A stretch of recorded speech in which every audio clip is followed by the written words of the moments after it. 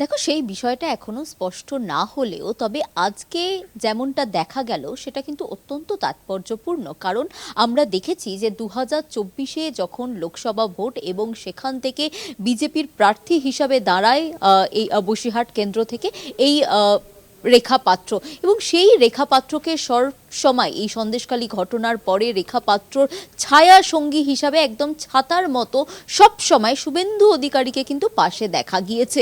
এবং নরেন্দ্র মোদী অবধি ফোন করেছিলেন এই রেখা পাত্রকে, যেখানে তিনি বলেছিলেন এই রেখা পাত্র নাকি শক্তি স্বরূপা, এই ধরনের সম্বোধন করেছিলেন খোদ নরেন্দ্র মোদী।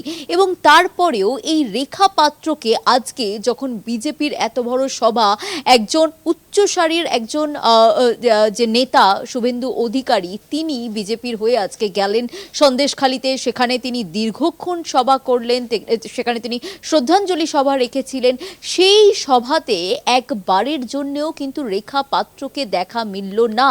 এবং আজকে যে এই রেখা পাত্রর না যাওয়া, সেটা কিন্তু অত্যন্ত গুঞ্জন ফেলেছে রাজনৈতিক মহলে। কারণ হচ্ছে রেখাপত্র, যেটা আমি বারবার তোমাকে বলছি, যে সন্দেশখালীতে যখন এই সন্দেশখালীর ঘটনা ঘটে, সন্দেশখালী যখন এই ধারাবাহিকভাবে চলতে থাকে, সন্দেশখালী প্রতিদিন খবরের শিরোনামে, সেই সময় কিন্তু রেখা পাত্রকেই চিহ্নিত করেছিল বিজেপি। এবং একদম প্রথম দিন থেকে আমি দেখেছিলাম যে শুভেন্দু অধিকারী তিনি প্রথমেই যান রেখা পাত্রর বাড়িতে, সেখানে রেখা পাত্রকে সামনে বসিয়ে দীর্ঘক্ষণ রেখা পাত্রর সঙ্গে কথা বলেন শুভেন্দু অধিকারী। এবং সেখান থেকে বাকি যারা ছিলেন মিডিয়াকে বাইরে বার করে দেওয়া হয়, এবং দলীয় আর অন্যান্য যারা নেতারা ছিলেন তাদেরকে সরিয়ে দিয়ে রেখা পাত্রের সঙ্গে একান্তে কথা বলেন শুভেন্দু অধিকারী।